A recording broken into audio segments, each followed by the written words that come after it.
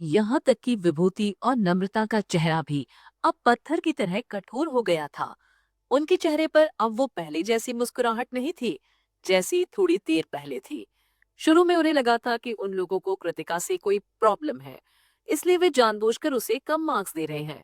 लेकिन अब जो कुछ उनके सामने आया था, उसके बाद वो ये समझ चुके थे कि इन लोगों ने ऐसा कई स्टूडेंट्स के साथ पहले भी किया था। उनकी नजरों में वे लोग अब किसी भी कंपटीशन के जज बने रहने के लायक नहीं रह गए थे। उनकी वजह से एक खास कंपटीशन अपनी खासियत खो चुका था। तुम वाहियात लोग! विभूति गुस्से से चिल्लाया। अपने काम को लेकर थोड़ा तो ईमानदार रहना चाहिए था तुम्हें। निहायत ही घटिया हो तुम तीनों। तैमूर ने भी नहीं सोचा था कि वे तीनों इस कदर गिरे हुए होंगे। हम सबका मुंह क्या देख रहे हो तुम तीनों? अभी के अभी निकलो यहाँ से। हमें कंपटीशन को आगे बढ़ाना है। जज पैनल के नजदीक बैठी ऑडियंस के लिए भी उन तीनों के राज का पर्दाफाश हो चुका था। उन्होंने उन तीनों का किया धरा बाकी के लोगों में बतला दिया। वर्धन, दीपक और रोशन को लेकर अब ऑडियंस का गुस्सा उनके सर पर चढ़कर बोलने लगा था। जिनके हाथों में जो था, वो उन चीजों से उन तीनों जजेस को निशाना बनाने लगे। लेकिन बस कोक या पानी की बोतल एक ऐसी इकलौती चीजें थी जो उन तीनों के सर या बदन से आकर टकराई। निखिल ने तुरंत सिक्योरिटी को स्टेज पर बुलाया। इन तीनों को यहाँ से बाहर निकालो। ध्यान रहे कि ये लोग कंपटीशन वेन्यू में ना रह पाए, क्योंकि दर्शक इन तीनों के साथ आगे क्या करेंगे ये कोई नहीं जानता। इधर ऑडियंस उन तीनों को बोतलें फेंककर मारते हुए उन तीनों पर चिल्लाए जा रही थी। वर्धन, स्टेज से हट जाओ। तुम तीनों जज बनने के काबिल नहीं। चुल्लू भर पानी में डूब मरो जाकर तुम तीनों। ऑडियंस एक सुर में चिल्लाई जा रही थी। माहौल अब हद से ज्यादा बिगड़ चुका था। ऐसे में वो तीनों और कर भी क्या सकते थे? विभूति ने निराशा में अपने सिर को हिलाया।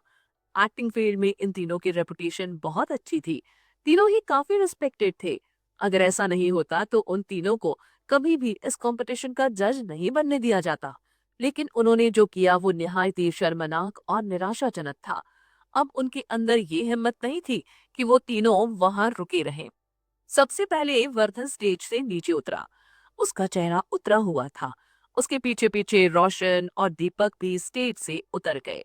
लेकिन क्या चीजें इतनी सिंपल हो सकती थी? नहीं, बिल्कुल भी नहीं। कृतिका उन तीनों को इतनी आसानी से माफ नहीं करने वाली थी, और ना ही निखिल। वर्धन, दीपक और रोशन ने पहले दौर की कंपटीशन में कृतिका को बहुत बुरी तरह से टारगेट नहीं किया था। उस राउंड में उनका उसे कम मार्क्स देना कुछ हद तक जायज था। लेकिन दूसरे राउंड के उनकी जजिंग जरूरत से ज्यादा बदतर हो गई थी। निखिल इस बात को कैसे चेक नहीं करता? वो इसके बारे में बाद में जरूर जानकारी निकलवाता। उन तीनों के कंपटीशन वेन्यू से निकल जाने के बाद वहां का खराब माहौल काफी हद तक शांत हो गया। निखिल ने उन तीनों की जगह आए विभूति, नम्रता और मोहनीश को जजेस की जगह पर बैठाया। निखिल और कृतिका के स्टेज से उतरने से पहले ऑडियंस ने उन लोगों के लिए तालियां बजाई। बहुत अच्छे निखिल, कृतिका तुम कमाल हो। निखिल ने अपनी पावर दिखाई और कृतिका ने फैक्ट्स। कृतिका का दिमाग कितना तेज काम करता है। वो इतनी तेजी से रिएक्ट कैसे कर पाई? वर्धन भी उन्हीं लोगों में से एक निकला जो ये नहीं जानता था कि कृतिका एक्चुअल में पहले क्या करती थी। उसका खेल वर्धन समझ ही नहीं पाया। हाँ यार, मैं भी भूल गया था कि कृतिका पहले पब्लिक रिलेशन फील्ड में काम करती थी। लेकिन ये पहली बार है जब मैंने उसे ऐसी किसी सिचुएशन को हैंडल करते हुए देखा है। वो सच में कमाल है। दर्शकों ने इस पूरे घटनाक्रम की लाइव स्ट्रीमिंग ऑनलाइन शुरू कर दी थी।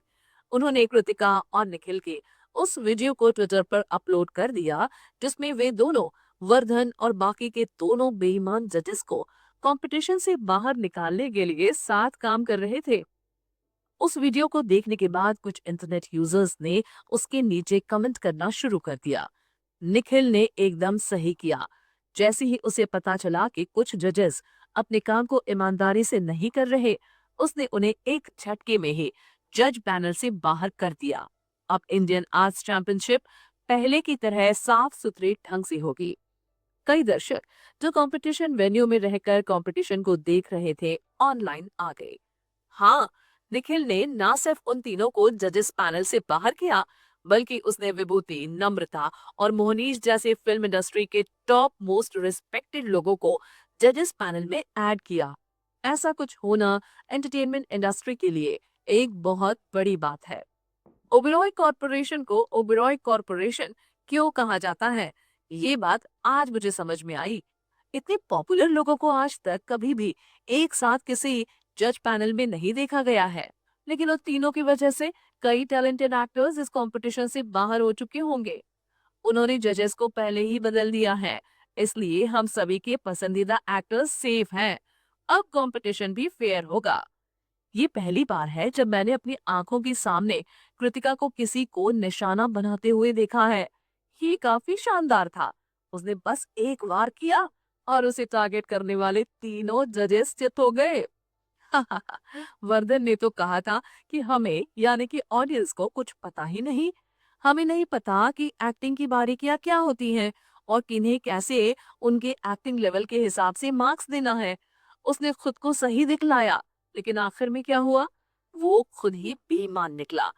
किसी की परफॉर्मेंस को देखने से पहले ही वो अपने दोनों चट्टो बट्टों के साथ ये तय कर ले रहा था कि किसे कैसे मार्क्स देने हैं। किसी के परफॉर्मेंस को देखे बिना ही उनके एक्टिंग लेवल को जज कर लेने का उसका टैलेंट सच में काफी शानदार था। उसके साथ जो हुआ एकदम सही हुआ। सही कहा। वो अपनी इमेजिनेशन से ही स्टूडेंट को उनकी परफॉर्मेंस के लिए मार्क्स दे रहा था। अब यही काम वो अपने घर पर बैठकर करेगा। इंटरनेट यूजर्स की बातें आपस में चल रही थी। कुछ इंटरनेट यूजर्स खुश थे तो कुछ चिंता में डूबे हुए थे। भले ही अब जजेस को बदल दिया गया है, लेकिन कृतिका ने भी तो अपनी परफॉर्मेंस पूरी कर ली है। उसे मार्क्स भी दिए जा चुके हैं। अब उस मार्क्स को बदला तो नहीं जा सकता है ना। उनकी डिसऑनेस्ट जजिंग की वजह से कृतिका के मार्क्स पहले ही काफी कम हो गए थे। इस तरह से उस पर कंपटीशन से बाहर होने का खतरा मंडराने लगा है। उन 3 जजेस के बदले जाने के बाद अब सभी 6 जजेस कंपटीशन को ईमानदारी से जज करते हुए कंटेस्टेंट को मार्क्स देंगे। इस तरह से तो उनमें से किसी न किसी को कृतिका के स्कोर से ज्यादा स्कोर मिल ही जाएगा। वैसे भी जिस ग्रुप में कृतिका है, उस ग्रुप के बाकी के कंटेस्टेंट काफी स्ट्रांग है। सब एक से बढ़कर एक हैं, जो कि कृतिका से ज्यादा मार्क्स हासिल कर सकते हैं। इसलिए तो इस ग्रुप को ग्रुप ऑफ डेथ भी कहा जा रहा है। तुम्हारी बातों में लॉजिक है। वैसे तो इस ग्रुप के कंटेस्टेंट की एक्टिंग स्किल्स कृतिका जितनी स्ट्रांग नहीं, लेकिन जिस तरह से कृतिका को कम मार्क्स मिले हैं, उसके बाद बाकी के कंटेस्टेंट के पास मौका है उससे ज्यादा स्कोर हासिल करने का। कृतिका अपने स्कूल की फ्लैग बेयरर है। उसे कंपटीशन के लिए अपने स्कूल की तरफ से डायरेक्ट नॉमिनेट किया गया। पहले राउंड के कंपटीशन में 230 कंटेस्टेंट के बीच उसने सबसे ज्यादा मार्क्स हासिल किए। ऐसे में हर कंटेस्टेंट यही चाहेगा कि वो इस कंपटीशन से बाहर हो जाए, और ऐसा करने का मौका अगले 4 कंटेस्टेंट के पास है, जो कि उससे बेहतर मार्क्स हासिल कर उसे कंपटीशन से बाहर कर सकता है। मुझे सच में कृतिका की बहुत चिंता हो रही है। इतने काबिल एक्ट्रेस को मैं इस तरह से तो हारते हुए नहीं देखना चाहता। जहां उसके साथ धोखा किया गया हो, ये उसके साथ बहुत गलत होगा। लेकिन जब उन्होंने जजेस को बदल दिया है, तो कृतिका को मिलने वाले मार्क्स भी तो बदले जाएंगे ना। कम से कम उन तीनों बायस जज के मार्क्स को तो बदला ही जाना चाहिए। ये इम्पॉसिबल है। आने वाले नए जज में से 2 ने कृतिका को लाइव परफॉर्म करते हुए देखा ही नहीं है। जब उन्होंने उसे लाइव परफॉर्म करते हुए देखा ही नहीं, तो वे उसे किस बेसिस पर मार्क्स देंगे? हो सकता है कि वो कृतिका को फिर से परफॉर्म करने के लिए कहे, लेकिन क्या इतना सब हो जाने के बाद कृतिका पहले की ही तरह शानदार परफॉर्म कर पाएगी? चाहे कृतिका को फिर से परफॉर्म करने के लिए कहा जाए, या उसके मार्क्स को बदला जाए, या उसे जितने मार्क्स मिल चुके हैं उसमें कोई चेंज नहीं किया जाए, हर सिचुएशन में उसके साथ नाइंसाफी ही होगी। मैं भी तुम्हारी बात से सहमत हूँ। कृतिका जिस ग्रुप में है, वो ग्रुप भी ये नहीं चाहेगा कि कृतिका दोबारा से परफॉर्म करे। अगर उसे फिर से परफॉर्म करने का मौका दिया जाएगा, तो वे सब जरूर इस बात का विरोध करेंगे, जिसे हैंडल करना ऑर्गेनाइजर्स के लिए आसान नहीं होगा। यानी कि कृतिका को जो मार्क्स दिए जा चुके हैं, ऑर्गेनाइजर्स उसी मार्क्स को उसके लिए मेंटेन रखेंगे। इसी तरह की कुछ बातें कंपटीशन वेन्यू में मौजूद ऑडियंस भी कर रही थी। अब कृतिका को क्या करना चाहिए? ठीक उसी पल कंपटीशन की होस्ट ने वहां हो रही कहमा कहमी को शांत करते हुए कहा, हम कंपटीशन को इतनी देर तक डिले करने के लिए आप सबसे माफी मांगते हैं। अब इसे आगे बढ़ाने का वक्त आ गया है। मुझे यकीन है कि आप सबने नए जजेस को यहाँ आते हुए देख ही लिया होगा। फिर भी मैं आप सबको एक बार उनसे इंट्रोड्यूस कर देती हूँ। ऑडियंस वहां आए नए जजेस को पहले से ही पहचानती थी, लेकिन फिर भी वे सब खुद को एक्साइटेड होने से रोक नहीं पा रहे थे। हमारी 3 जजेस पहले की तरह अपनी जगह पर कायम रहेंगे। अगले नए 3 जजेस हैं मिस्टर विभूति। अपने नाम को सुनते ही विभूति अपनी जगह से उठ खड़ा हुआ और उसने ऑडियंस का अभिवादन किया। कंपटीशन वेन्यू उसके स्वागत में तालियों की गड़गड़ाहट से गूंज उठा।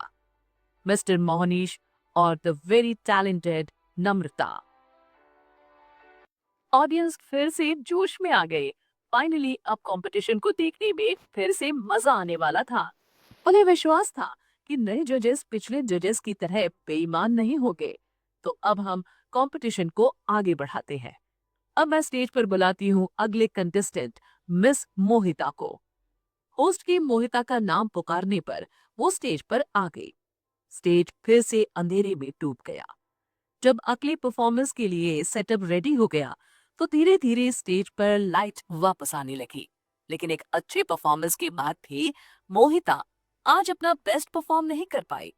वर्धन और बाकी के 2 पूरे जजेस की वजह से कृतिका थोड़ा अफेक्ट हुई थी। लेकिन उन तीनों के राज के सामने आने के बाद कृतिका की ही तरह बाकी के कंटेस्टेंट का माइंड भी काफी अफेक्ट हुआ था। इसका एक कारण था जजेस टेबल को ज्वाइन करने वाले 3 जजेस का फिल्म इंडस्ट्री में काफी रिस्पेक्टेड होना। उनके सामने परफॉर्म करने का ख्याल तो किसी के मन में कभी आया ही नहीं था। वो सब अंदर ही अंदर काफी परेशान थे। वो सभी अपना बेस्ट देना चाहते थे ताकि नए जजेस के सामने उनका इम्प्रेशन काफी अच्छा हो। और चूंकि कृतिका के मार्क्स उम्मीद से कुछ कम थे, इसलिए उनके अंदर ये उम्मीद जाग चुकी थी कि वो उसे पीछे छोड़ अपने ग्रुप में जीत हासिल कर सकते हैं। इस वजह से उन सभी का दिमाग अंदर ही अंदर चकरा रहा था। जितना वे इस बात की फिक्र कर रहे थे, उतना ही उनका परफॉर्मेंस खराब हो रहा था।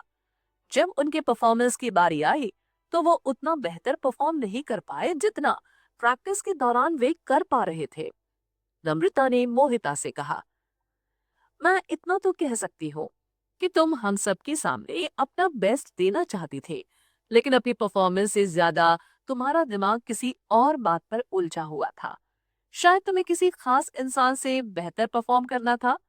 इस वजह से तुम अपने हर एक डायलॉग पर जरूरत से ज्यादा जोर देते आए। मेरे ख्याल से प्रैक्टिस के दौरान तुम जिस तरह से परफॉर्म कर रही होगी, अगर अभी तुमने सब कुछ भूलकर उसी तरह परफॉर्म किया होता, तो तुम्हारे परफॉर्मेंस का लेवल इस वक्त काफी हाई होता। विभूति ने भी नम्रता की बात पर सहमति जताई। एक्टिंग की बेसिक्स तुम्हारी काफी अच्छी है, लेकिन तुम इसे नेचुरल नहीं दिखला पाई। एक सीन में तुमने टेबल पर अपना हाथ पटका, ये जरूरत से ज्यादा दिखावटी सा हो गया। जब तुम परफॉर्म कर रही हो, तब तुम्हें अपने इमोशंस को बाहर आने देना चाहिए, लेकिन एक निश्चित सीमा तक। अपने गुस्से को दिखाने के लिए तुम्हें हर वक्त चीखते रहने की कोई जरूरत नहीं है।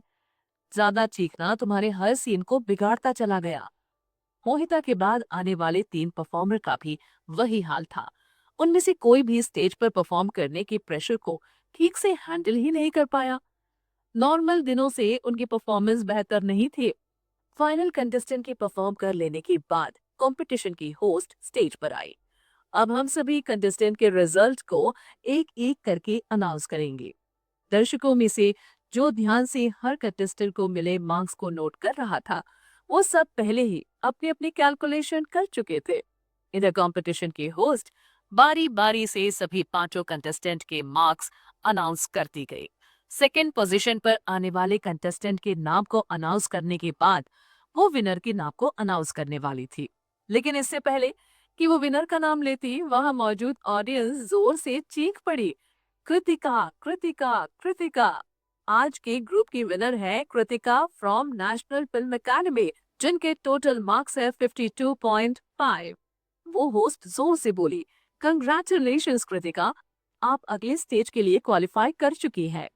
क्योंकि कृतिका के मार्क्स को 3 जज ने अनफेयर तरीके से दिया था, इसलिए सेकंड प्लेस पर रहने वाले कंटेस्टेंट से उसके मार्क्स सिर्फ 0.6 ही ज्यादा थे। ये जीत उसे बहुत मुश्किल से मिली थी। बाबा रे! वहां मौजूद कृतिका के सभी सपोर्टर चिंता में थे। बस कुछ पॉइंट्स से ही सही, लेकिन हमारी कृतिका जीत ही गई। उर्मिला देवी भी ऐसा ही कुछ कह रही थी। कितना क्लोज कंपटीशन था ये। अगर कृतिका उन तीनों बेईमान जजेस की वजह से हारी होती तो ऑडियंस उन्हें कभी माफ नहीं करती। कृतिका के अगले स्टेज में जाने की कंफर्मेशन के बाद नेशनल फिल्म एकेडमी से अब तक टोटल 30 स्टूडेंट्स अगले राउंड में पहुंच चुके थे। दूसरी तरफ नेशनल ड्रामा एकेडमी के भी 2 स्टूडेंट्स अगले राउंड के लिए क्वालिफाई कर चुके थे, जबकि जावेद मीडिया यूनिवर्सिटी से अब तक एक भी स्टूडेंट अगले राउंड के लिए क्वालिफाई नहीं कर पाया था। जावेद मीडिया यूनिवर्सिटी का ख्याल आते ही गौतम उसके प्रिंसिपल अफजल को ढूंढने के लिए चला गया। उससे मुलाकात होती ही गौतम ने अफजल से कहा, हमारे स्कूल से ऑलरेडी 3 स्टूडेंट्स अगले राउंड के लिए क्वालिफाई कर चुके हैं और आपके स्कूल से तो अब तक एक भी स्टूडेंट अगले राउंड के लिए क्वालिफाई कर ही नहीं पाया है। वैसे निराश होने की अभी आपको कोई जरूरत नहीं। अब भी इस दौर की 5 ग्रुप की परफॉर्मेंस बाकी है। आप कोशिश करते रहो, कीप वर्किंग हार्ड। जावेद बस गुर्रा कर रह गया। हाँ। दूसरे राउंड की कंपटीशन के पूरी तरह से खत्म हो जाने के बाद ऑडियंस मेंबर जो हर दिन कंपटीशन को देखने के लिए आया करते थे, उन्होंने कंपटीशन के दौरान हुई अच्छी परफॉर्मेंस को एक जगह कंबाइन किया और फिर उसे ऑनलाइन पोस्ट कर दिया। उन वीडियोस को देखने के बाद इंटरनेट यूजर्स फिर से सौमिष्ठा और कृतिका की परफॉर्मेंस को एक दूसरे से कंपेयर करने में लग गए, क्योंकि उन दोनों ने ही एक ही कैरेक्टर के अलग अलग पार्ट को प्ले किया था, इसलिए उन्हें एक दूसरे से कंपेयर करना जायज भी था, साथ ही आसान भी। अब जब वो वीडियो ऑनलाइन अपलोड किया जा चुका था, तो ज्यादातर लोग सौमिष्ठा के परफॉर्मेंस को आड़े हाथों ले रहे थे। वर्धन और उसके साथ के दोनों बेईमान जजेस अंधे थे क्या? उन्होंने कृतिका को सौमिष्ठा से कम स्कोर कैसे दिया? अच्छा हुआ कि उन तीनों को कंपटीशन से बाहर ही निकाल दिया गया। वर्धन, दीपक और रोशन तीनों की ही रेपुटेशन इस वक्त काफी खराब हो गई थी। ओबेरॉय कॉरपोरेशन के मैनेजमेंट ने उन्हें अपने किए की फुल रिस्पॉन्सिबिलिटी लेने को कहा, लेकिन उन तीनों ने दिमाग से काम लिया और अपने गलत स्कोर देने की बात को ये कहकर टाल गए कि वो स्टूडेंट्स के भले के लिए ही उन्हें कम मार्क्स दे रहे थे। उन्होंने ओबेरॉय कॉरपोरेशन के सेक्रेटरी विनोद को इस सब के बीच नहीं घसीटा। वैसे भी उसे इस सब के बीच लाने का फायदा ही क्या था? विनोद ने उसे कोई घूस थोड़े ना दिया था। उसने उनसे बस एक बार फोन पर बात की और उनका फेवर मांगा। उन्होंने भी इसे इनकार नहीं किया और तुरंत उसकी रिक्वेस्ट मान ली। वैसे भी अब जब ओबेरॉय कॉरपोरेशन उनसे नाराज हो चुका था, तो विनोद को भी इस सब में घसीटकर उन्हें उसे तो नाराज करने से बचना ही चाहिए था। अगर वे उसे नाराज कर देते तो ये एक निहायत ही बेवकूफी भरा काम होता। इसलिए उन्होंने अपनी बायस जजिंग के लिए फुल रिस्पॉन्सिबिलिटी ली, लेकिन इस तरह से कि उन्होंने जो कुछ भी किया उसमें कुछ भी गलत नहीं था। उन्होंने ना तो कोई क्राइम किया और ना ही किसी रूल को ब्रेक किया। वो बस कंपटीशन को स्ट्रिक्टली जज करते रहे। उन्हें ऐसा लग ही नहीं रहा था कि उन्हें कोई बहुत बड़ा नुकसान होने वाला है। शॉर्ट में कहा जाए तो वो लापरवाह हो रहे थे। इस वजह से वो सब काफी रिलैक्स हो गए थे। उनके हिसाब से जो कुछ भी हुआ था वो कोई बहुत बड़ी बात नहीं थी। उस दिन के कंपटीशन से बाहर आने के बाद उन तीनों ने शाम में मुलाकात कर एक छोटी सी पार्टी की। उनकी मीटिंग वर्धन के घर पर ही हुई थी। वो उन दोनों को अपने घर बुलाकर अपनी कुकिंग स्किल्स दिखाना चाह रहा था। अब हमें किसी बात को लेकर चिंता करने की कोई जरूरत नहीं। सिचुएशन के इस कदर बिगड़ जाने के बाद भी हमने विनोद का नाम नहीं लिया। ऐसे में वो हमारी हेल्प आगे जाकर जरूर करेगा, वर्धन ने कहा और हंस पड़ा। हम भी ये जानते हैं, इसलिए तो हमने विनोद का नाम कभी भी किसी के सामने लिया ही नहीं, दीपक ने कहा। यहाँ तक कि हमारे प्रिंसिपल भी यही चाहते थे। खैर, हमने कोई कानून नहीं तोड़ा, ना ही कोई क्राइम किया। ओबेरॉय कॉरपोरेशन पुलिस को ना तो बुला सकती है और ना ही हमें लेकर कोई छानबीन कर सकती है। सही कहा ना मैंने? वैसे वो हमारे साथ कर ही क्या सकते हैं? बस कुछ दिनों के लिए हम जहाँ काम कर रहे हैं, वहाँ हमें सस्पेंड रहना पड़ेगा। रोशन भी मुस्कुराते हुए कह बैठा, लेकिन हमें सस्पेंड भी क्यों रहना पड़ेगा? हमने जो किया, वो तो अपने प्रिंसिपल के ऑर्डर पर ही किया। इंटरनेट यूजर्स जो नेट पर इतना बवाल मचा रहे हैं, कुछ दिन के अंदर वो भी शांत हो जाएंगे। हम आगे भी अपना काम करते रहेंगे। हमें किसी से कोई फर्क नहीं पड़ेगा। हाँ, एकदम सही कहा। वैसे वर्धन सर का नया स्टेज शो जल्द ही आने वाला है। दीपक ने मुस्कुराते हुए कहा। हम दोनों उसे देखने के लिए जरूर जाएंगे।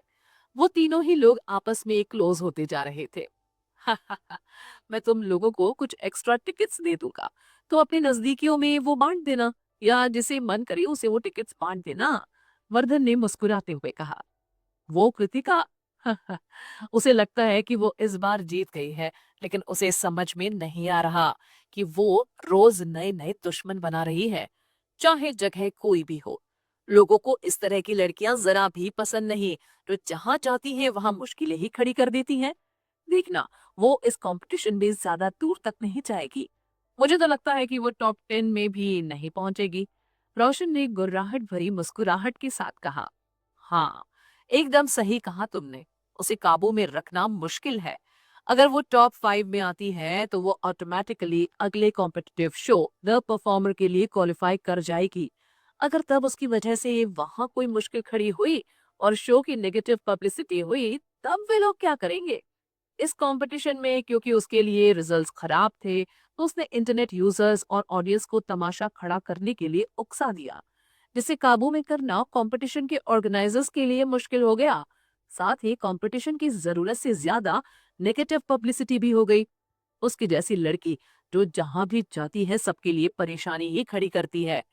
और अगर द परफॉर्मर के लिए क्वालिफाई कर लिया गया, तो बाद में उसे कंट्रोल करना जरूरत से ज्यादा मुश्किल हो जाएगा। अगर उसे उसके मन के मुताबिक मार्क्स नहीं मिले, तो वो वहां भी तमाशा खड़ा कर देगी। ऐसे में मुझे नहीं लगता कि उस शो के ऑर्गेनाइजर्स कृतिका को अपनी तरफ से ऑर्गेनाइज की जा रही कंपटीशन में पार्ट लेने देना चाहेंगे। यानी कि उसका टॉप 5 में आना मुश्किल ही नहीं, नामुमकिन है। दीपक ने कहा।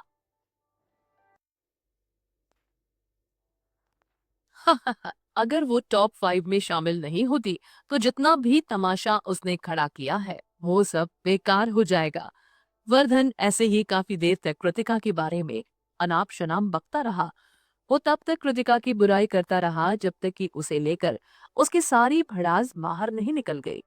फिर उसने एक छोटा सा पैग लगाया और एकदम से रिलैक्स फील करने लगा। तभी वर्धन का फोन रिंग हुआ। उसने अपना फोन उठाया और अपने फोन के स्क्रीन को देखा। उसके बाद वो दीपक और रोशन को देखकर मुस्कुरा दिया। फिर उसने उन्हें एक्सप्लेन किया। देखो, मेरे स्टेज प्ले के लीडर ने मुझे कॉल किया है। पहले मैं उनसे बात कर लेता हूँ। हाँ हाँ, जरूर, उन दोनों ने मुस्कुराते हुए कहा। वर्धन अपना मोबाइल उठाकर कमरे से बाहर नहीं गया। उसने वही उनके सामने ही वो कॉल रिसीव किया। हेलो डायरेक्टर वैभव। हेलो मिस्टर वर्धन, वैभव ने कहा। उसकी आवाज से ऐसा लग रहा था जैसे वो किसी वजह से परेशान है। वो घबराने के साथ साथ थोड़ा हकला भी रहा था। क्या बात है वैभव? चूंकि वर्धन उससे उम्र में बड़ा था, इसलिए वो डायरेक्टर वैभव को उसके नाम से ही पुकारता था। अभी भी उसने मुस्कुराते हुए उसका नाम पुकारा। एक बात है जो मुझे आपसे डिस्कस करनी है। वैभव की आवाज में अभी भी घबराहट भरी हुई थी। वर्धन को अभी भी कुछ समझ में नहीं आया था। उसे जरा भी अंदाजा नहीं था कि दूसरी तरफ वैभव किस मुसीबत में पड़ा हुआ था। वो अभी भी मुस्कुराए जा रहा था। वैभव, बात जो कोई भी है डायरेक्टली कहिए। अगर मैं कोई आपकी मदद कर पाया तो जरूर करूंगा। दूसरी तरफ से वैभव हेजिटेशन में फोन पर हंस पड़ा। वो बात ऐसी है कि मुझे आपसे हमारे स्टेज प्ले को लेकर बात करनी थी। हमारे stage play marathon of love के ग्रुप ने डिसाइड किया है कि आपके पार्ट को अब स्टेज एक्टर अभिनव प्ले करेंगे। क्या मतलब? वर्धन का चेहरा एकदम से उतर गया। मैं वैभव हकला उठा। उसने परेशान होते हुए कहा, मैं आपको सच बताता हूँ, हमारे क्रू के पास और कोई चारा ही नहीं था। काफी देर तक इस बारे में बात करने के बाद हम बड़ी मुश्किल से इस नतीजे पर पहुंचे हैं। आपको याद है ना कि कुछ दिन पहले इंटरनेट यूजर्स आपको लेकर हमारे स्टेज प्ले को बायकॉट करने की बात कर रहे थे। कहीं ये डिसीजन उसी वजह से तो नहीं लिया गया? वर्धन ने किसी तरह अपने गुस्से पर काबू करते हुए कहा, वो लोग बस ऐसे ही ये सब कह रहे हैं। कुछ दिन कहेंगे फिर चुप हो जाएंगे। इसमें इतनी डरने वाली क्या बात है? वर्धन परेशान होकर मुस्कुरा उठा।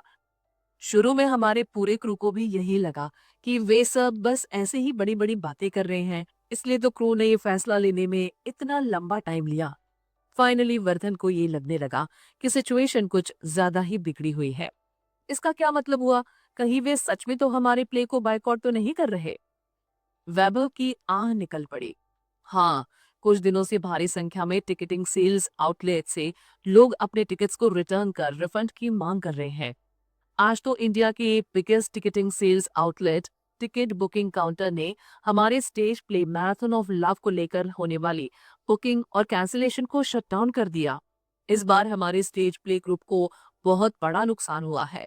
अगर मैं ये कहूँ कि आज से पहले हमें कभी भी इतना बड़ा नुकसान नहीं हुआ है, तो ये बात बढ़ा चढ़ाकर कही हुई नहीं होगी। सच कहूँ तो शुरू में हमें लगा कि बस कुछ दिनों की मुसीबत है, इसलिए भले ही हम लगातार बुक हो चुके टिकट के पैसे की रिफंडिंग कर रहे थे, हमने आपको कुछ भी नहीं बताया। लेकिन हमें क्या पता था कि आगे भी कंटिन्यू यही होता रहेगा। अब तो पहले से भी ज्यादा लोग रिफंड की डिमांड कर रहे हैं। वो कहते हैं ना कि जब पानी नाक से ऊपर चला जाए तो हमें चुप नहीं रहना चाहिए। हमारे साथ भी कुछ ऐसा ही हुआ है। अब हम और बर्दाश्त नहीं कर सकते थे। लगातार रिफंड करना अब हमारे बस की बात नहीं। इसलिए हमें आपको स्टेज प्ले से बाहर करने का फैसला करना पड़ा, वैभव ने कहा। हमें एक बार भी नहीं लगा था कि वो इंटरनेट यूजर्स इस कदर सीरियस होंगे। उन्होंने हमारे प्ले को न सिर्फ खुद बायकॉट किया, बल्कि औरों को भी इसे बायकॉट करने के लिए उकसाया। वर्धन, मुझे उम्मीद है कि आप मेरी मुश्किल को समझ रहे होंगे। ये डिसीजन लेना मेरे या हमारे ग्रुप के लिए जरा भी आसान नहीं था। हम्म, ठीक है, वर्धन ने धीमी आवाज में कहा। समझना? क्या समझना? उसे कुछ भी समझ में नहीं आ रहा था। उसके रोल को अचानक से उससे छीन लिया गया था। कोई स्टेज प्ले करना किसी मूवी की शूटिंग या टीवी शो की शूटिंग से काफी अलग होता है। फिल्मों में रीटेक्स लिए जा सकते हैं, लेकिन स्टेज प्ले की बात अलग है। यहाँ कोई रीटेक्स नहीं होते हैं। एक्टिंग के दौरान गलती की कोई भी गुंजाइश नहीं। स्टेज पर एक्टिंग के दौरान वो जरूरत से ज्यादा नर्वस होते थे। ऐसे में उन्हें अपने सीन की लगातार प्रैक्टिस करती रहनी पड़ती थी। उन्हें एक एक डायलॉग याद होने चाहिए थे। इस तरह से जब भी स्टेज पर जाते उनसे कोई गलती नहीं होती। जिस स्टेज प्ले से वर्धन को बाहर निकाला जा रहा था, उसके लिए अपनी तैयारी करते हुए उसने दिन रात एक कर दिया था। और अब वे लोग उससे कह रहे थे कि उसे इस स्टेज प्ले से बाहर निकाला जा रहा है।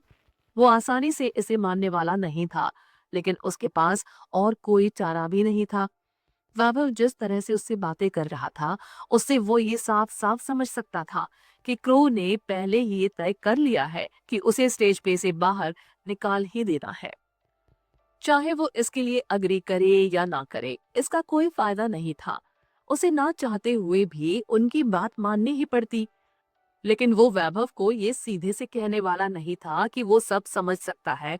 उसे उन लोगों का फैसला मंजूर है, ये बात मानना उसकी शान के खिलाफ थी। वो चाहकर भी उनके साथ अच्छे से बिहेव नहीं कर सकता था। इसलिए उसकी आवाज अचानक से सख्त हो गई। वैभव फोन की दूसरी तरफ गुस्से से बिफर पड़ा, लेकिन उसने वर्धन के इस इंसल्टिंग टोन को जरा भी दिल पर नहीं लिया।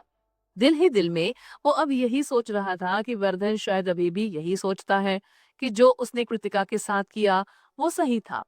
उस वक्त वर्धन एक जज था और उसने सोचा कि एक जज के तौर पर वो जो चाहे वो कर सकता है। दूसरी ओर कृतिका एक महत्वहीन लड़की थी, जिसे कितना भी टॉर्चर क्यों न किया जाए, उसके पास चुप रहने के अलावा और कोई रास्ता नहीं था। लेकिन अब इस वक्त कृतिका की जगह वर्धन आ पहुंचा था। अब वो जाकर भी कुछ भी नहीं कर सकता था। बात बस इतनी सी थी कि कृतिका उसके अंदाज से अलग टाइप की लड़की निकली और उसने उसे हार मानने पर मजबूर कर दिया। वर्धन के पास कृतिका जैसी कोई एबिलिटी नहीं थी। अपनी हार मानने के सिवा उसके पास दूसरा और कोई रास्ता नहीं था। वर्दन सिचुएशन इस वक्त बहुत बिगड़ी हुई है, इसलिए हमारे फैसले को बिना किसी विरोध के मान जाओ। जल्दी ही हमारा क्रू स्टेज प्ले के नए एक्टर को लेकर पब्लिसिटी करेगा। इसका कारण था उन्हें हो रहे घाटे को जितना हो सके कम करना। वो अब तक हुए घाटे की भरपाई करने की कोशिश में लगे हुए थे। आप चिंता ना करें, जब ये बात थोड़ी पुरानी हो जाएगी तो हम आपको खुश करने में कोई कसर नहीं छोड़ेंगे। हमारे अगले स्टेज शो में लीड एक्टर आप ही होंगे। वर्धन आगे और क्या कहता, उसे वैभव की बात पर राजी होना ही पड़ा। उसके फोन कट कर देने के बाद रोशन और दीपक ने तुरंत ये जानना चाहा कि आखिर फोन पर उसके और वैभव के बीच क्या बातें हुई। बात क्या है? क्या आपके स्टेज प्ले को लेकर कुछ हुआ है? वर्धन का चेहरा गुस्से से काला हो उठा। कुछ देर पहले वो आपस में यही बात कर रहे थे कि कृतिका वाले इंसिडेंट से उन तीनों के जॉब पर कोई असर नहीं पड़ेगा, लेकिन इसे डिस्कस करने के तुरंत बाद उसे अपनी जॉब यानी अपने स्टेज प्ले से हाथ धोना पड़ा। वर्धन ने बड़ी मुश्किल से अपने चेहरे पर हंसी लाते हुए जवाब दिया, नहीं नहीं, कुछ खास नहीं। आखिरी मौके पर स्टेज प्ले में कुछ चेंजेस करने पड़े। अब मेरी जगह किसी और को मेरा रोल प्ले करने के लिए साइन किया गया है। उसकी बात सुनकर दीपक और रोशन ने दिल ही दिल में राहत भरी सांस ली। चलो अच्छा हुआ कि उनके जॉब पर किसी तरह का कोई बुरा असर नहीं पड़ा। ये सब अचानक से क्यों? उन्होंने अचानक से आपको किसी दूसरे एक्टर के साथ चेंज क्यों कर दिया? ये तो हद ही हो गई। कहीं ये सब इंडियन आर्ट्स चैंपियनशिप वाले बखेड़े के कारण तो नहीं हुआ है? रोशन ने सवाल किया। वतन इस वक्त काफी परेशान था। वो किसी के भी सवाल का जवाब नहीं देना चाहता था, लेकिन इससे पहले कि वो कुछ कहता, रोशन का फोन बज उठा। फोन पिक करने के कुछ पल के बाद ही वो अपनी जगह से चीखते हुए उठ खड़ा हुआ। क्या? अरे, पर क्यों? इंटरनेट पर क्या हो रहा है तुमने देखा नहीं क्या? चीजें हद से ज्यादा बिगड़ चुकी हैं। हम भी तुम्हें जज बनने के लिए नहीं कह सकते हैं।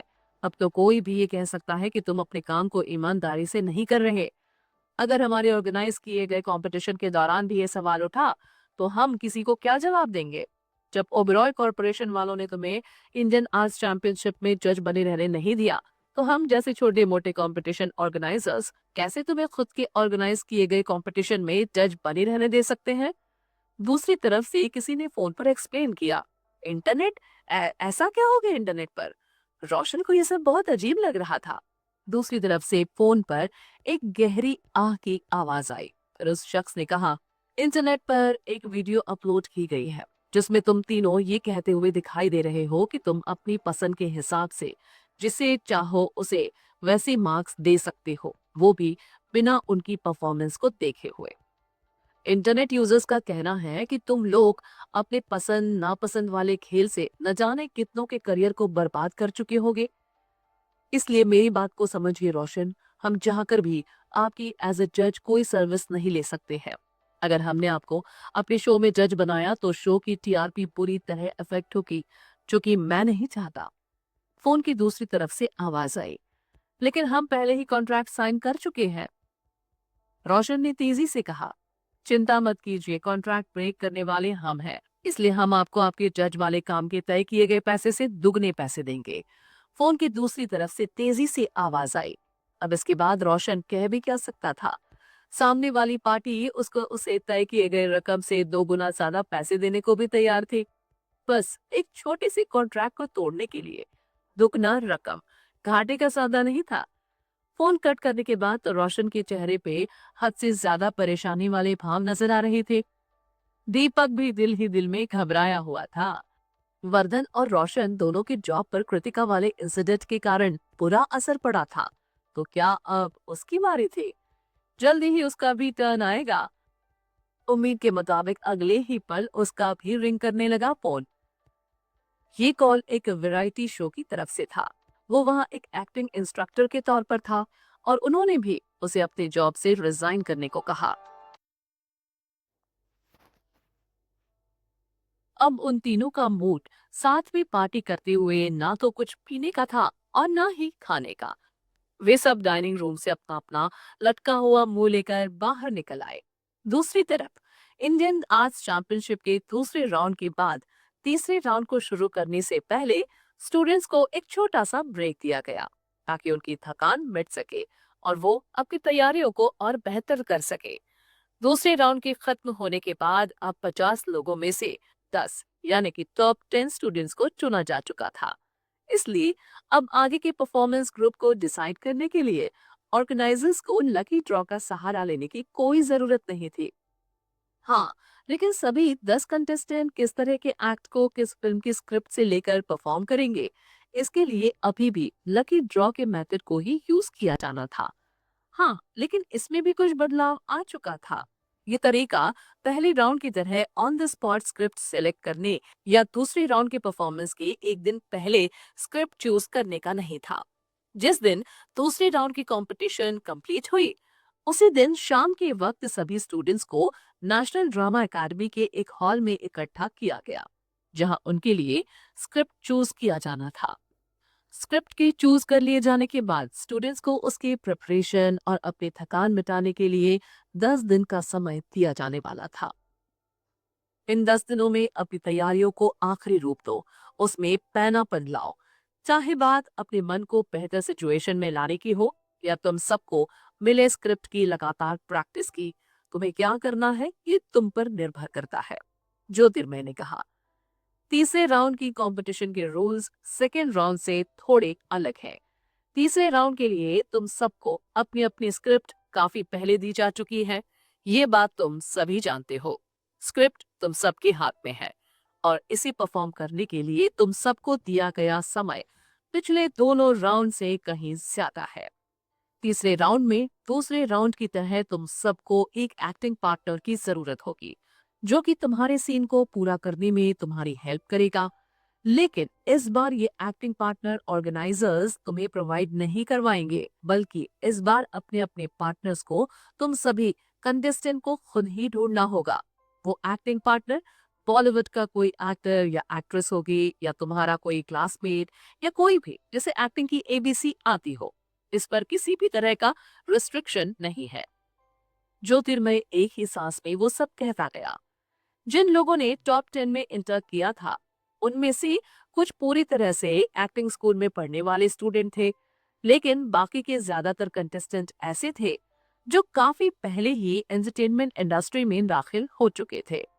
बात अगर नेशनल फिल्म एकेडमी की जाए, तो सीनियर स्टूडेंट्स जैसे सौमिष्ठा और आरुषि स्कूल में एडमिशन लेने के बाद भी फिल्मों में काम करने के लिए फ्री थी। उन पर कोई पाबंदी नहीं थी। स्कूल में एडमिशन लेने से पहले ही वो सब फेमस हो चुके थे। नेशनल फिल्म एकेडमी का रूल, जिसके हिसाब से उनके स्कूल का स्टूडेंट तभी फिल्मों के लिए ऑफर एक्सेप्ट कर सकता है जब वो अपने थर्ड ईयर में आ पहुंचा हो, वो उन जैसे कुछ लोगों पर लागू नहीं होता था। वैसे सीनियर्स तो वे थे ही, यानी रूल्स की दुहाई दी जाए या नहीं, उनके पास बॉलीवुड से दोस्तों की कोई कमी नहीं थी। वो निश्चित ही अपने साथ पार्टनर के तौर पर एक गेस्ट एक्टर के रूप में किसी बॉलीवुड एक्टर को ही लाने वाले थे, जिससे कि उस गेस्ट एक्टर की पॉपुलैरिटी और एक्टिंग स्किल्स उस कंटेस्टेंट के लिए कंपटीशन पर गहरा प्रभाव छोड़ती। उनकी पॉपुलैरिटी उस कंटेस्टेंट को थर्ड राउंड में बाकियों से ज्यादा मार्क्स भी दिलवा सकती थी। सभी मन ही मन में अपनी प्लानिंग तैयार करने में लगे हुए थे। तीसरे राउंड में नेशनल फिल्म एकेडमी से बस 3 ही स्टूडेंट्स पहुंचे थे। वो 3 स्टूडेंट्स थे सौमिष्ठा, आरुषि और कृतिका। कृतिका सौमिष्ठा और आरुषि से काफी अलग थी। वो अभी भी स्कूल में थी और रेगुलर अपनी क्लासेस के लिए उसे जाना पड़ता था, जबकि आरुषि और सौमिष्ठा बड़ी मुश्किल से कभी कभार ही स्कूल आया करते थे। उस दिन आराध्या, जो कि कृतिका की मैनेजर थी, नेशनल फिल्म एकेडमी में कृतिका से मिलने के लिए आई हुई थी। वे दोनों साथ में ही कैंटीन चले गए ताकि कुछ खाते पीते आगे की बातें की जा सके। रिमझिम, महर और नितिका भी उन दोनों के साथ मौजूद थे। कृतिका, तीसरे दौर के कंपटीशन को लेकर तुम्हारा प्लान क्या है? कहते हुए रिमझिम और बाकी दोनों लड़कियां अपने सिर को झुकाते हुए एक दूसरे के साथ साथ कृतिका के इतने करीब आ गए मानो वो कोई सीक्रेट प्लान या साजिश रच रहे हो। मैंने अभी इस बारे में कुछ भी नहीं सोचा है। ये राउंड पहले की 2 राउंड से अलग है। पिछले राउंड्स की तैयारियों के लिए हमें काफी कम वक्त दिया गया था। लेकिन इस राउंड की प्रिपरेशन के लिए हमें 10 दिन दिए गए हैं। इन 10 दिनों में मुझे अपने लिए एक एक्टिंग पार्टनर ढूंढना है। साथ ही मुझे दिए गए स्क्रिप्ट की प्रैक्टिस भी शुरू करनी है। ये सब काफी प्रोफेशनल तरीके से किया जाना चाहिए और मुझे तो ये पता भी नहीं है कि मैं शुरुआत कहाँ से करूं। कृतिका ने उसके सवाल का जवाब दिया और फिर उन तीनों को देखने लगी। क्यों ना तुम लोग मेरे साथ तीसरे राउंड में एक्ट करो, मुझे पार्टनर की जरूरत तो है ही। और वो कोई सेलिब्रिटी होगा या स्टूडेंट्स, इससे किसी को कोई भी फर्क नहीं पड़ने वाला है। मैं सच में तुम्हें बहुत एडमायर करती हूँ कृति, तुम बहुत ही अच्छी हो। रिमझिम ने अपने सिर को पकड़ते हुए कहा, ये एक इम्पोर्टेंट कंपटीशन है। हर कंटेस्टेंट इस बात से डरा हुआ है कि उससे कहीं कोई गलती ना हो जाए। वो उन्हें मिले एडवांटेज का ज्यादा से ज्यादा फायदा उठाना चाहते थे।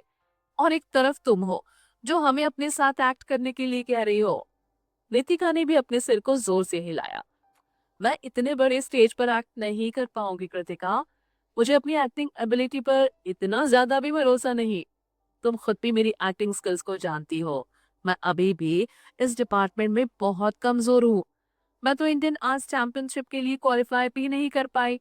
तुम्हारे साथ एक्ट करके मैं तुम्हारे लिए सिर्फ और सिर्फ मुश्किल ही खड़ी करूंगी। मैं तुम्हारे साथ एक्ट नहीं कर पाऊंगी। महर ने तो नितिका से भी ज्यादा जोर से अपने सिर को ना में हिलाया।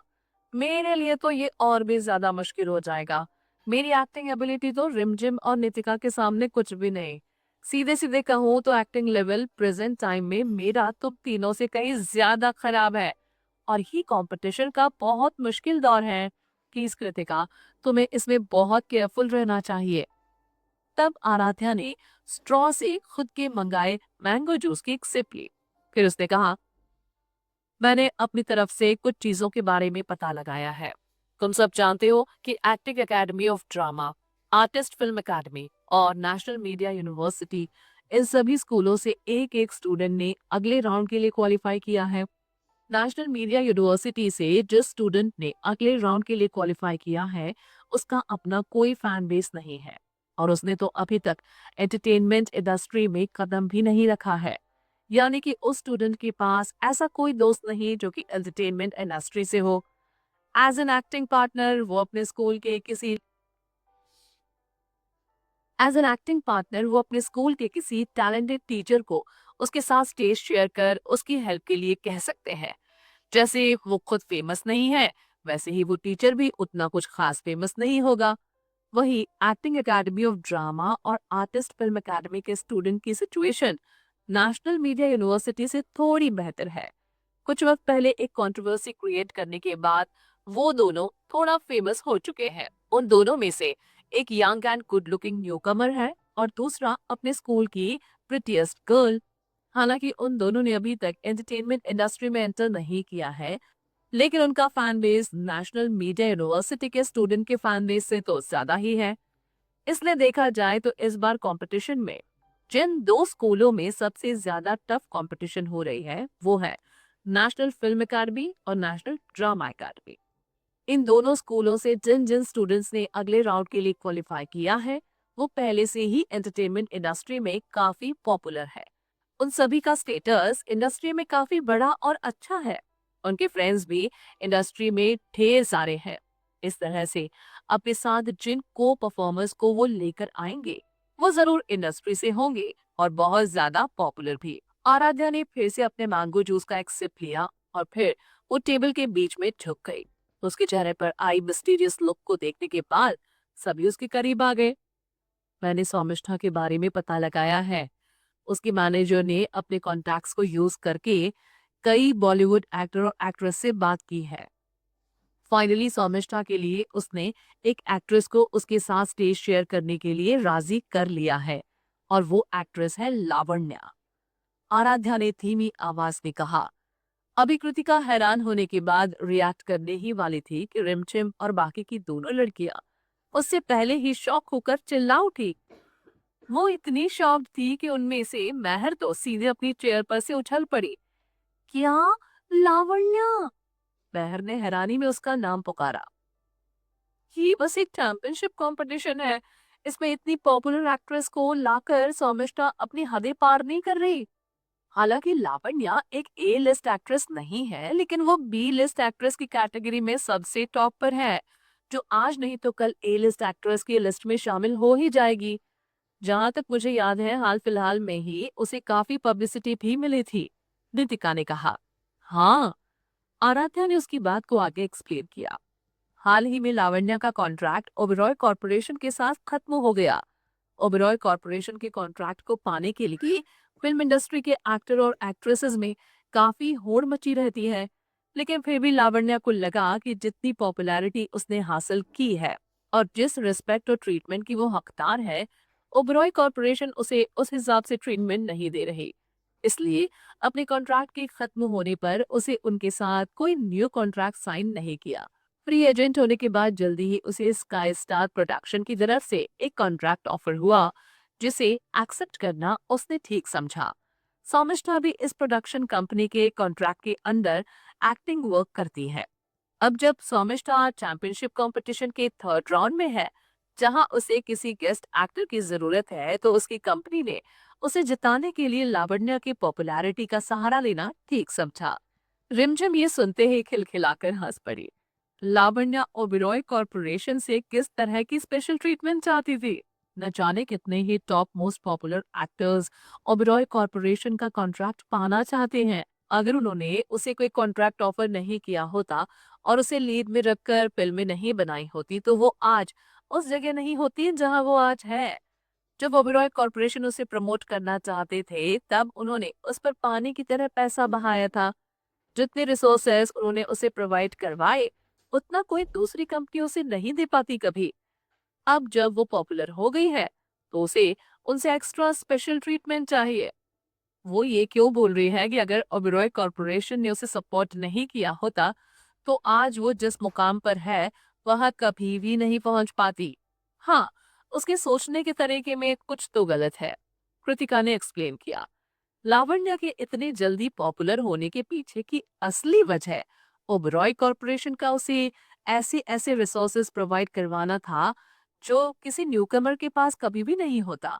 वो बहुत तेजी से पॉपुलर हुई और घमंडी भी। उसे लगने लगा कि वो बहुत खास है।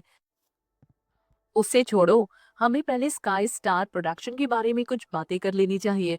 जो भी हो, लावण्या को इंडस्ट्री में एक सीनियर माना जा सकता है, जिसके पास एक्सपीरियंस के साथ साथ पावर भी है। ऐसे में स्काई स्टार प्रोडक्शन उसे ओबेरॉय कॉरपोरेशन की तरह ट्रीट ना करके अपने सिर आंखों पर बिठाएगा, आराध्या ने एक्सप्लेन किया। हालांकि जो रिसोर्सेज वो उसे प्रोवाइड करवाएंगे, वो ओबेरॉय कॉरपोरेशन की तरह स्पेशल तो नहीं होंगे, लेकिन उनके कॉन्ट्रैक्ट में रहने के लिए उसे एक बहुत बड़ी रकम अदा की जाएगी, जो कि ओबेरॉय कॉरपोरेशन के ऑफर किए गए रकम से तो काफी ही बड़ी होगी। साथ ही उसे ज्यादा से ज्यादा मीडिया कवरेज दिया जाएगा, जिससे उसे कई फायदे होंगे और साथ में थोड़ा बहुत नुकसान भी। ओबेरॉय कॉरपोरेशन के रहते हुए कोई भी एक्टर और एक्ट्रेस अगर वो काबिल है, तो शायद इंटरनेशनल प्रोजेक्ट्स भी हासिल कर ले, लेकिन ऐसा कुछ ही लोग कर पाते हैं।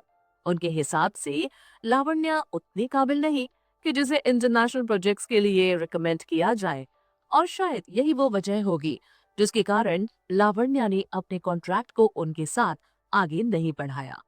लेकिन लॉजिकली देखा जाए तो उसकी पॉपुलैरिटी सौमिष्ठा से कहीं ज्यादा है। भले ही वो अब उसी कंपनी के कॉन्ट्रैक्ट में है जिसके अंदर सौमिष्ठा है, लेकिन फिर भी वो उसकी साइड किक बनने के लिए तैयार कैसे हो गई? रिमझिम को यह बात सच में समझ में नहीं आई थी। लावण्या को स्काई स्टार प्रोडक्शन में गए अभी कुछ ही वक्त हुआ है। अभी वो वहां के लिए एक आउटसाइडर है, जबकि सौमिष्ठा उनके साथ काफी वक्त से जुड़ी हुई है।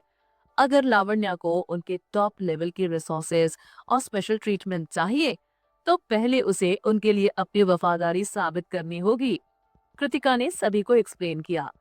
जहां तक मैं समझती हूँ, स्काई स्टार प्रोडक्शन सौमिष्ठा और लावण्या दोनों की ही पॉपुलैरिटी को यूज करना चाहता है। साथ ही उन्हें एक दूसरे के साथ सेम स्टेज शेयर करवा कर वो उन्हें एक दूसरे की एक्टिंग लेवल को भी समझने का मौका देना चाहते हैं। एक बात हमें पहले से ही पता है कि लावण्या द परफॉर्मर में भी पार्टिसिपेट करने वाली है, जो कि हर किसी के अटेंशन को हासिल करने वाली बात है। इस तरह से जब लोगों को पता चलेगा कि लावण्या इंडियन आर्ट्स चैंपियनशिप में परफॉर्म करने वाली है, तो जो लोग उसे द परफॉर्मर में देखने के लिए एक्साइटेड है, वो उसे सौमिष्ठा के साथ लाइव एक्ट करते हुए देखने के लिए इंडियन आर्ट्स चैंपियनशिप के अगले राउंड को देखने के लिए जरूर आएंगे। अगर सौमिष्ठा आगे जाकर टॉप 5 में आती है, तो वो सीधे सीधे द परफॉर्मर के लिए भी क्वालिफाई कर जाएगी, जहां लावण्या उसकी कॉम्पिटिटर होगी। ये एक बहुत बड़ी न्यूज होगी। इससे लोगों का ध्यान उस शो की तरफ निश्चित ही जाएगा। शो की व्यूअरशिप तेजी से बढ़ेगी, साथ ही साथ उन दोनों की पॉपुलैरिटी भी। लोग उन्हें पहले से ज्यादा जानने लगेंगे। स्काई स्टार प्रोडक्शन का एक्चुअल प्लान क्या था, ये कम ही लोग समझ सकते थे, लेकिन कृतिका के लिए ये सब समझना किसी बच्चे के खेल की तरह था। कृतिका ने उनकी सोच की हर एक बारीक से बारीक बात भी अपने दोस्तों को बतला दी थी। अगर इस वक्त स्काई स्टार प्रोडक्शन मैनेजमेंट के हायर लोग भी वहां मौजूद होते और उन्हें पता चलता कि कृतिका के पास उनके प्लान की इनसाइड इंफॉर्मेशन है, तो वे बुरी तरह से शॉक्ड हो जाते। कृतिका ने वो सारी बातें ऐसे कही थी जैसे जब वो लोग सौमिष्ठा और लावण्या को लेकर अपना प्लान डिस्कस कर रहे थे, तब वो भी वहीं पर थी। हे भगवान! आराध्या ने जोर से टेबल पर हाथ मारा। क्या अभी स्काई स्टार प्रोडक्शन के गोल के बारे में डिस्कस करना जरूरी है? मैं कितनी परेशान हूँ, तुम्हें पता है। भले ही लावण्या को एक बी लिस्ट एक्ट्रेस कहा जाए, पर उसकी पॉपुलैरिटी किसी ए लिस्ट एक्ट्रेस की ही तरह है।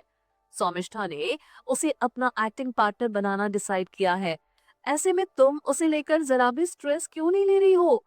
तुम्हें भी अपने लिए जल्दी से कोई बेहतर एक्टिंग पार्टनर ढूंढ लेना चाहिए ना। ये सब कहते हुए आराध्या खुद को भी ब्लेम कर रही थी। ये मेरा वो डिपार्टमेंट है जहां मैं अभी भी कमजोर हूँ। मुझे एक्टिंग फील्ड के लोगों की मैनेजर बने हुए ज्यादा वक्त नहीं हुआ है। मेरी पहली क्लाइंट भी तुम ही हो। मेरा कनेक्शन इंडस्ट्री में काफी कम है।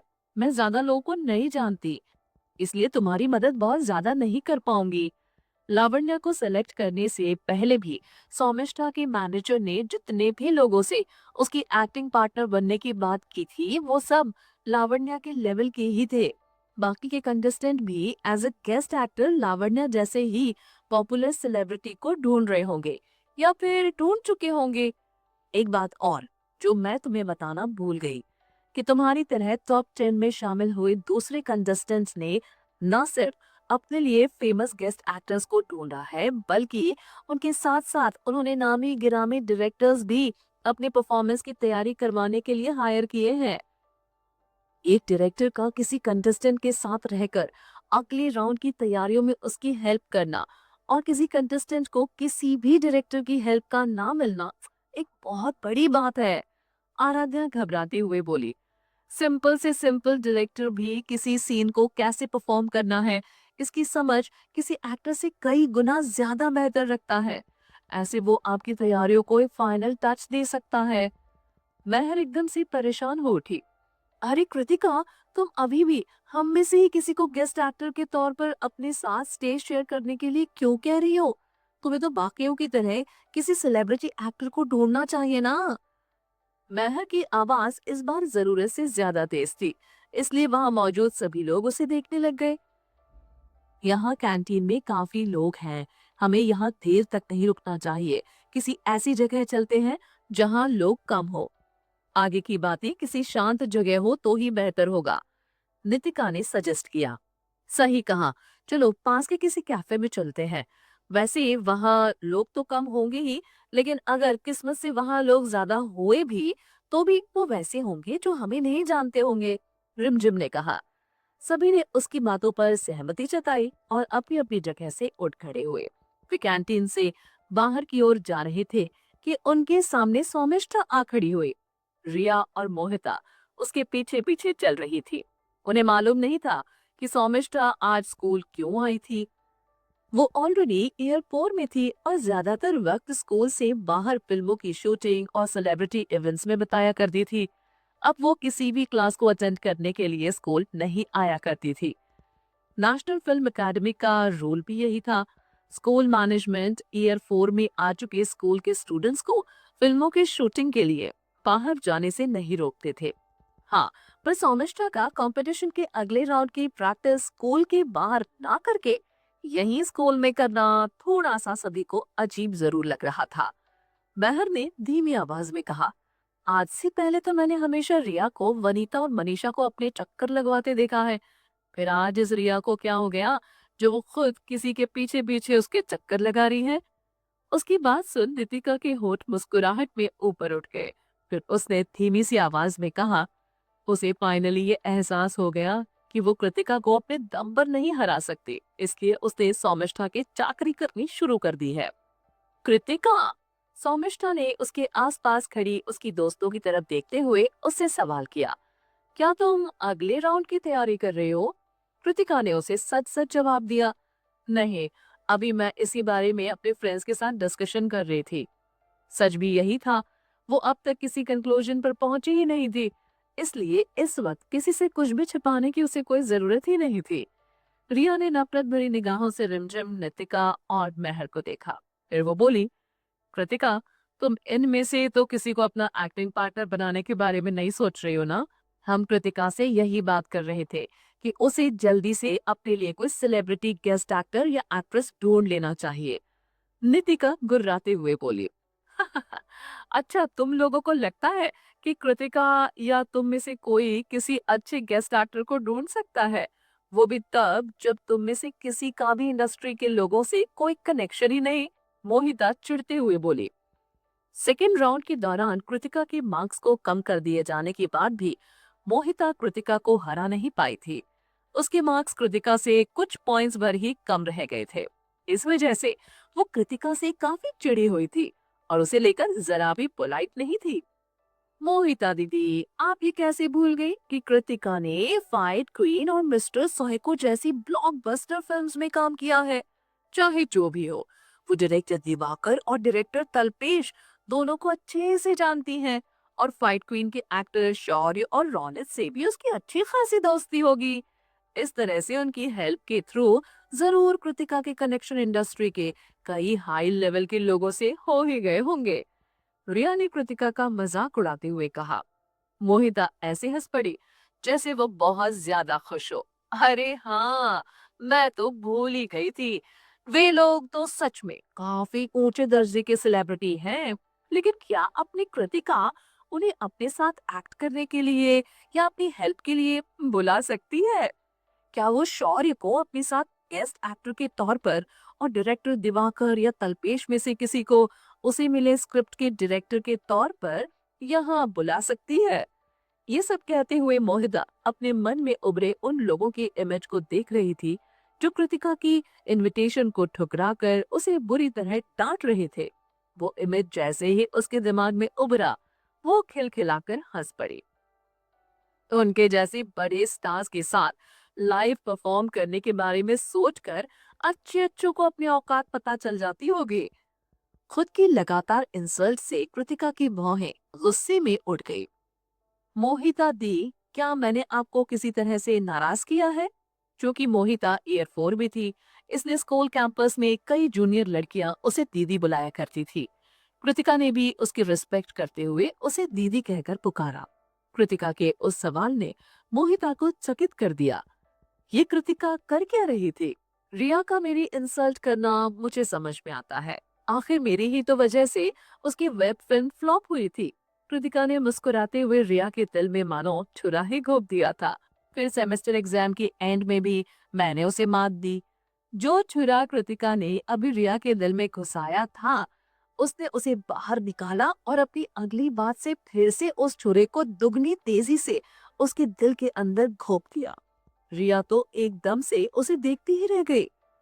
फिर इंडियन आर्ट्स चैंपियनशिप के दूसरे राउंड में भी वो बाहर हो गई, लेकिन मैं थर्ड राउंड यानी कि फाइनल्स के लिए क्वालिफाई कर गई।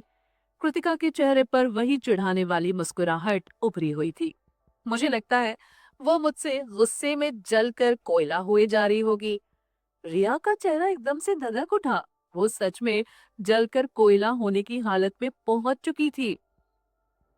महर, रिमझिम, नितिका और आराध्या तो कृतिका की बातों को सुनकर एकदम से अपना पेट पकड़कर पागलों की तरह हंसने लगे।